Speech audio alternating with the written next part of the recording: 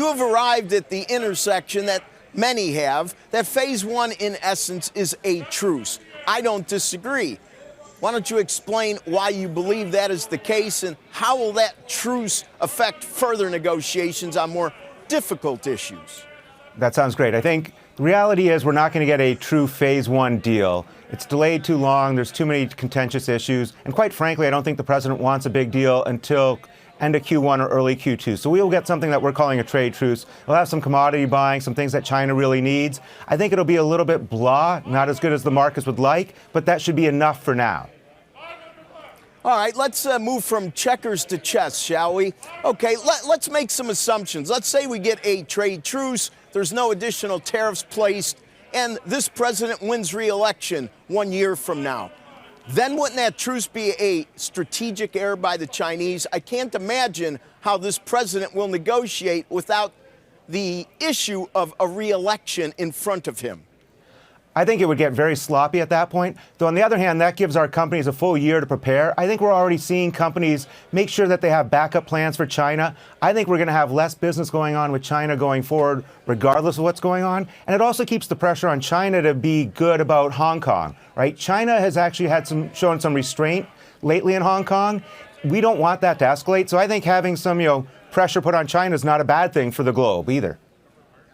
Now, as we move across the globe and think about issues like this and how they affect the big elephant in the room, and that is capital spending, I look towards Christine Lagarde beginning her term at the ECB, and everybody, including us, believe that her big thing is going to be to extract some fiscal stimulus, especially from Germany. How long do you think something like that is going to take? I think the markets are a bit impatient.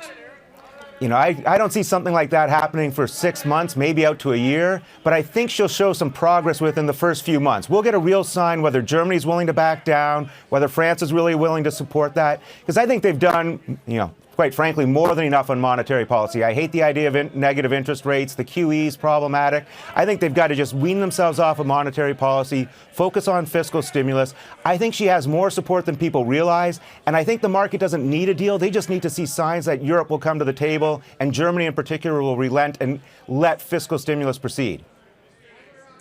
Peter, I had Johnny Fine from Goldman on last week, and we were discussing triple Bs and how large they are, and if there's any credit deterioration, we could see some big moves as triple Bs move to junk. But my question to you is, that certainly doesn't seem to happen, even though junk spreads based on Barclays aren't doing as good investment grade. They both seem really well behaved. Your final thoughts? Yeah, there's a lot of money coming into credit. Double B credits are fine. All the triple B credits that were weak that we've been watching have been doing the debt diet. They've been improving their balance sheet. AT&T just announced a tender watch. I think this is going to be a conversation, though, going on for years, because I think we're going to see more and more companies move to triple B. I think they don't need to be single A. You're going to see triple B. So we're going to have lots and lots of opportunity to talk about triple Bs, but I think people get overly concerned. They are good credits. They have lots of levers to pull. They've got good balance sheet. We've seen the weakest companies really do a turnaround, and I think that's important going forward, that we can't get overly concerned about triple Bs and let that wreck our investment thesis.